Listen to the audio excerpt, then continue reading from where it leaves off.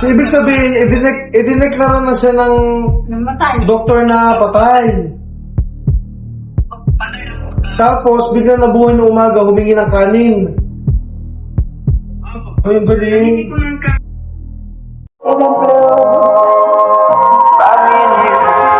And I think to myself, what a wonderful.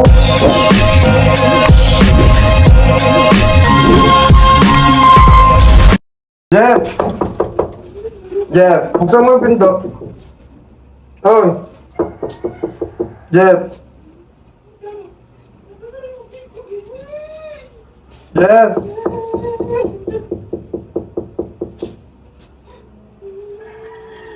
Jeff! Huwag ka nang masyadong umiyak at yung baga mo nga. Huwag ka nang umiyak at makakasama yan sa katawan mo. Ha? Ano yan? Huwag ka nang umiyak. Saan mo nabalitaan? Ha? Jeff! May check up ka, ano? May check up ka ngayon. Jeff! Para malaman natin kung makakauwi ka. Pumunta ka ngayon sa hospital. Halika na. Jeff. Shh, oy, buksan mo ito. Ano ba? Hindi mo buksan.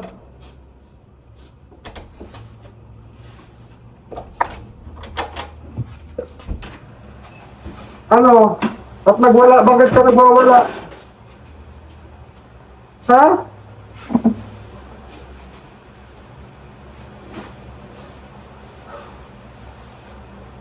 Huwag masyadong mag-iyak at anong gagawin natin?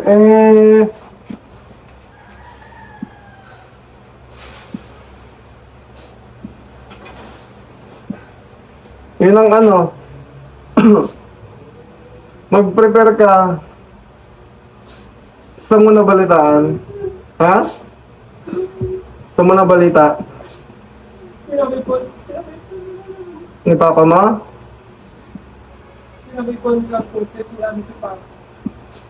Namatay na si lolo mo.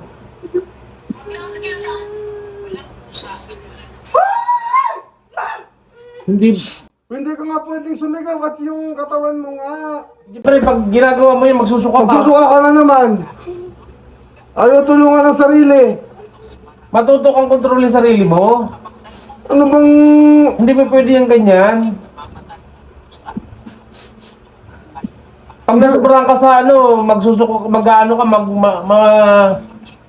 ano yung baga mo. Hindi ko lahat ginagawa ng tulong sa iyo ay...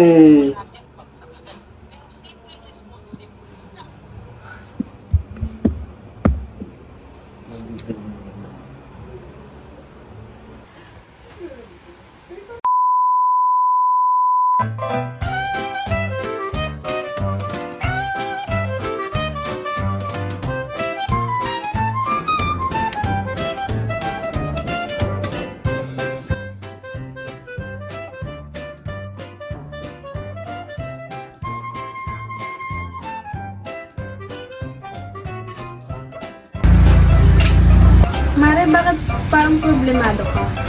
Eh paano ba naman, Mari? Ang laki ng bill ko sa kuryente. O bakit, Mare? Magkano ba? Eh paano ba naman dating 2,000, ngayon 4,700 na?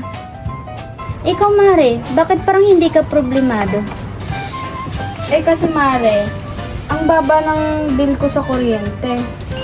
Oh, talaga? Magkano ba sa'yo? Alam mo ba na 1,000 lang ang binabayaran ko kada buwan? Ha? Paano nangyari yun? Dahil sa PB Team Solar, bumaba ang bill ko sa kuryente. Paano nangyari yun? Libre na ang ilaw namin sa bahay.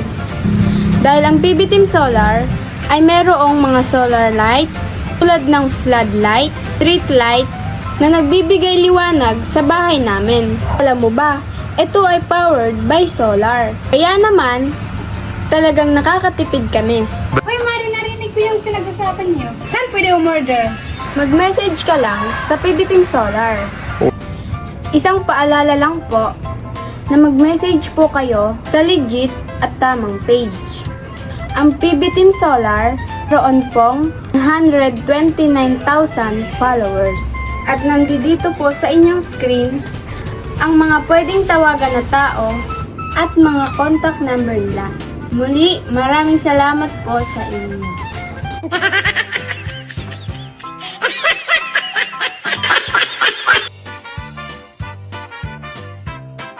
Ano po dito, sabi po ng papa ko po, kanina po at sa'yo kahapon na, 3 beses na po siya namatay. Paano 3 beses namatay? Yung isang gabi, alas 9, namatay po yung lolo ko. Tapos sabi po ng doctor, imbis 6 po yung buhay na, ba't na ano niya yung street na yung ano niya? Yung buhay na kaya namatay. Tapos pagka umaga, ba't isip pa rin kaya nagtaka rin yung doktor, ba't isip ko ito matanda nito, napatay naman yung theater na yung parang ito kaipit dito. Oh? Yun tapos, 3 oxygen po yung ginagamit. Yung isang oxygen, yung isang oxygen, yun, nabuhay ulit. Pag nabuhay, namatay na naman. Pag namatay, yung 0-0. Galing naman yung lolo mo. Opo, promise po dito, katabi po sa papa. Ibig sabihin, idineklara na siya ng doktor na patay. Patay na po. Tapos, bigla nabuhay ng umaga, humingi ng kanin. Opo. Ay, ang galing. Hindi ko ng kanin. Opo. Kinikilabutan naman ako doon. Kinikilabutan ako. So ngayon, si lolo mo buhay. Opo, buhay po. Tapos yung kanin po dito, may pinapadang po na host ko. Oo, nakaano na lang, oo. Oo. Pinapadang po yung kanin, ano po, yung sa ilog po. Yun po. 3 beses po namatay po. Kasi dineklara na ng doktor eh. Napatay nga daw eh. Ibig sabihin, nasa hospital pala si lolo mo nung idineklara na patay na. Opo, sa hospital po.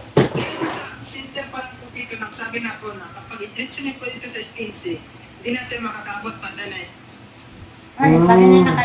Sa SPNC, sa center pa lang, nag-declare na ng doktor na kung yung matanda na ito.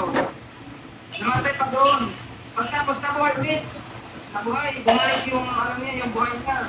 Pagtapos, pagdaras sa SPNC, pag ilang oras, pag alas 9 po dito, namatay ulit. Tapos, Ulit. nung gabi na yon, gabi. Gabi po. Kinabukasan, Kinabukasan po ng alas 3. alas 3 ng madaling araw. Opo. Nagising. Nagising po. Bo, ang galing naman. Matatag si lolo mo. Oo. Alam mo dito yung ubo niya. Yung lahat na ubo niya dito yung itim na siya. Oo. Sobrang itim na talaga.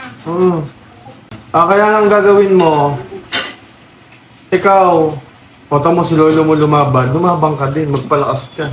Gusto mo umuwi ng Davao, di ba? Oo, gusto mo umuwi ng Davao. Hindi, wala po yung asawa ni Lolo. Oo. Uwi ka ng Davao pero magpapalakas ka muna. Ha?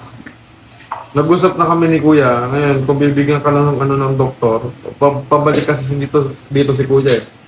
O, pag tingnan natin kung pwede kang umuwi, pwede kang mag-travel. Kaya inumin mo muna lahat ng gamot mo. Alam mo naman yung sinabi ni Doc sa'yo kahapon, di ba?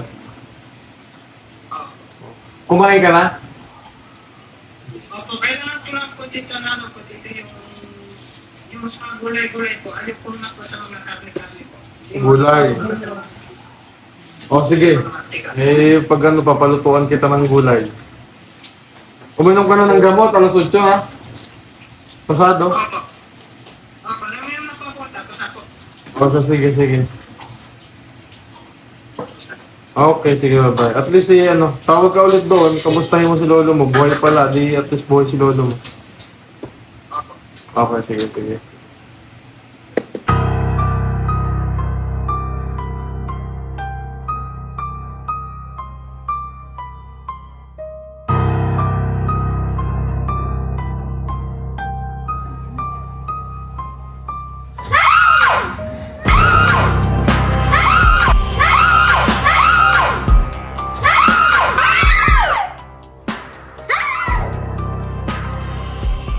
Buti na lang may solar light tayo.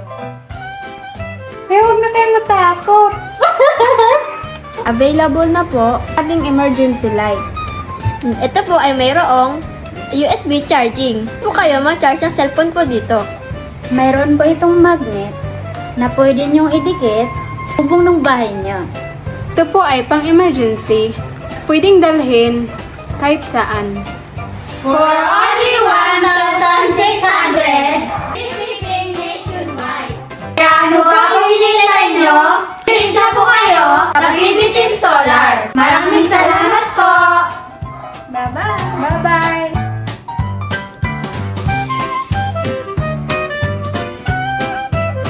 Magandang umaga mga kabayan, no? So narinig natin yung sinabi ni Jeffrey. So makakatuwa dahil at least diba buhay yung lolo niya. So may mga nangyayari daw talagang ganun. So kahapon talagang grabe rin yung iyak ni Jeffrey, at least diba? Kahit pa paano nabawasan yung mga isipin niya. So tungkol pala doon sa sa pag-uwi po ni Jeffrey, hindi pa natin siya kino-consider na pwede talaga mapauwi. Iniintay pa natin yung mga advices ng tatlong doktor ni Jeffrey kung po pwede ba siya doon. And kasi syempre, number one priority pa rin natin dito ay yung kanyang kalusugan. At may mga follow-up check-up pa rin kasi siya. So titingnan natin kung ano yung magiging resulta dahil may mga lab test pa ulit siyang gagawin. O hintayin natin kung magiging maganda at sana ay magiging maganda yung resulta ng mga lab test niya.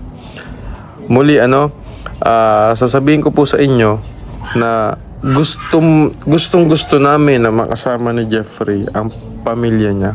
Gustong gusto namin na makasama siya dito ng papa niya. Ako mismo ang nagpupumilit na papuntahin dito yung papa niya. Dahil iba nga yung aruga ng magulang. Yun nga lamang, kahit si Jeffrey po ang tatanungin ninyo, ayaw niya talaga. Ayaw niya na papuntahin dito yung papa niya. Dahil nag-aalala din siya nag-aalala siya doon sa mga kapatid niya, walang magbabantay. Kaya nga ang naisip na ni Pugong Biyahero ay magpadala dito na kung sino man yung pwedeng kamag-anak. Pero ang sa akin, kung dito gagawin talaga ang surgery, much better na dito yung papa niya. Dahil mas maganda na ma-explain ng personal sa papa ni Jeffrey kay tatay Jimmy kung ano ba yung klaseng operation or surgery na gagawin para kay Jeffrey. At ito po ay kailangan na kailangan. Pinatanong namin kahapon kay Kuya Alan, kasi siya yung nagsama kahapon kay Jeff sa hospital. Tinanong yung doktor kung pwede bang makuha sa gamutan. Ang sabi ng doktor, pwedeng makuha ito sa gamutan, pero taon ang aabutin at hindi nakakasigurado na gagaling si Jeffrey. Ang pinaka-the best talagang gawin ay operahan si Jeffrey. Yun po yung pinakamaganda at pinakamabisa na kailangan gawin para dun sa sakit niya. At syempre, si Pugong Biyahero nga sabi naman niya, wag nang isipin yung gastos kasi malaking hospital talaga yung kailangan. So, iintayin ko kasi kailangan pang ano pa tawag dito? I-endoscopy si Jeffrey. Kasi kailangan silipin din yung loob, So, iniintay pa natin yung schedule na yon. Nang sa ganun, doon din magbe-base kung kailan po pwedeng operahan na si Jeffrey. After 2 months or 6 months, pwedeng operahan si Jeffrey. Depende yun kasi kailangan niya magpalakas pa kailangan talaga yung sobrang lakas na ng katawan niya. So sa ngayon, nakita ko naman kanina, kinausap ko din, medyo naging maaliwalas na yung mukha ni Jeffrey dahil nabawasan yung isipin niya dahil taga-alala nga siya para sa lolo niya. Kaya gusto rin niyang umuwi sana. At least ngayon, nalaman natin na buhay yung lolo niya. 3 beses doon namatay nung nasa center, tapos sundin nila sa hospital, dineclare na daw. Tapos nabuhay ulit. Tapos kagabi last night 6 PM dineclare ulit. Tapos mga 3 AM nabuhay ulit. humingi daw ng kanin. So sabi ko nga, somehow, parang mapapaisip ka na parang ang galing, ano? Parang ang galing naman nung nangyari, ano? Pero siguro talaga nangyayari yung ganon, ano? Talagang nabalik yung buhay ng tao kapag meron ka pang kailangan gawin dito sa lupa, ano? O di, at least yun ay malaking bagay. Alam niyo po mga kabayan, ang iniiwasan po kasi namin dito ay mas stress si Jeffrey. Bawal na bawal siyang umiyak. Kaya nga pag yan umiiyak ng todo, yung sumisigaw na, talagang pinipigilan ko. Sabihin na natin na kailangan niyang ilabas yung nasa loob niya. Kaya lang, ang inaano namin is mag-control, tatagan yung loob kasi pag siya umiyak ng umiyak, nagkakaskas, bawal po yun. Ano, lalong makakasama sa kanya. Kaya nga kahapon pinagalitan ko talaga na kailangan, bawal nga sa iyo yan. Sabi ko sa kanya yung pag-iyak-iyak na ganyan. Bawal na bawal. Ano, at hindi pa kasi siya talaga yung sobrang ano talaga, no? Yung cure talaga. Kaya nga kailangan pa yung surgery. O yan ha. Hindi natin kinukulong si Jeffrey dito ha. Malaya si Jeffrey dito. Kita nyo kahapon, ano? Siya ang may access ng pinto ng kwarto niya. Walang doorknob yun. Ang lock lang noon ay nasa loob ng kwarto ni Jeffrey. Ano? Nasa loob lang ng kwarto ni Jeffrey. Siya lang ang pwedeng makabukas noon. Hindi namin pwedeng ilock yun, ano? So, ibig sabihin, malaya dito si Jeffrey. Hindi nakakulong. Katulad din sinasabi ng iba dyan na kinukulong daw natin si Jeffrey. Malaya dito si Jeffrey. Yun nga lang, syempre, kailangan naka-isolate siya at alam na ni Jeffrey yun. Ipinaliwanag natin kay Jeffrey yung bagay na yun kung bakit kailangan natin gawin. Yun ay para din sa kanya at syempre, para din sa mga taong makakasalamuhan niya. Ano, at si Jeffrey naman po hindi pinapabayaan. Kasi yung gusto kasi na pauwiin doon si Jeffrey, o halimbawa may mga episodes na umatake yung sakit niya, nandoon siya sa kanila, apakalayo ng lugar ni Jeffrey, parang 2 hours ba? 3 hours mula sa mismong city na kung saan yung malaking hospital. O paano yung pag nagkaroon ng emergency, paano agad siya madadala doon?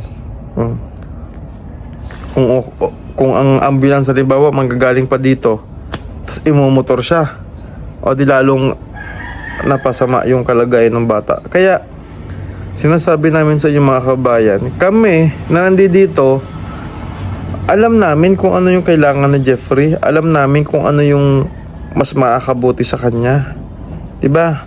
Hindi naman namin ito pababayaan. Ano? Kaya magtiwala kayo sa amin. Dahil hindi naman namin ipapahamak itong mga batang ito, lalo na si Jeffrey. Kaya nga sa lahat ng sumusuporta sa amin, at nagpapasalamat po kami sa walang sawa niyong suporta, syempre kay Pugong Biyero at sa amin sa PB Team. At asahan nyo na patuloy tayong gagawa ng mga bagay na makakatulong sa ating kapwa. At pangako po namin na hindi namin pababayaan ang mga scholars na ito habang nasa amin pong mga poder. And muli, maraming salamat po sa inyong lahat. And God bless po. Marami pa sa atin ngayon, hindi pa alam na gumamit ng solar. Pero hindi nyo ba alam na napakadali lang naman talagang gamitin ng solar dahil meron na tayo ngayon ng mga smart solar na kahit kayo mismo ay kayang-kaya nyong ikabit ito sa inyong tahanan. That is 200 watts na pwede nyong gamitin indoor and outdoor. Napakaliwanag na nito at talaga namang makakatipid pa kayo sa kuryente. At ang maganda pa dito ay may kasama na itong remote na pwede nyong kontrolin. Pwede nyo itong iset ng 3 hours, 5 hours, or 8 hours. At ang isa sa nagustuhan ko dito ay malaki na ang kanyang solar panel na makapagbibigay ng continuous lightning na up to 12 hours. Let's say, alas 6 ng gabi nyo binuksan, mamamatay pa siya ng alas 6 hanggang alas 8 ng umaga. At ang maganda dito, hindi basta-basta nababasa ang bulb nito dahil waterproof na. Kaya kung gusto nyo pong mag-order nito, ay mag-message na kayo dyan sa PB Team Solar.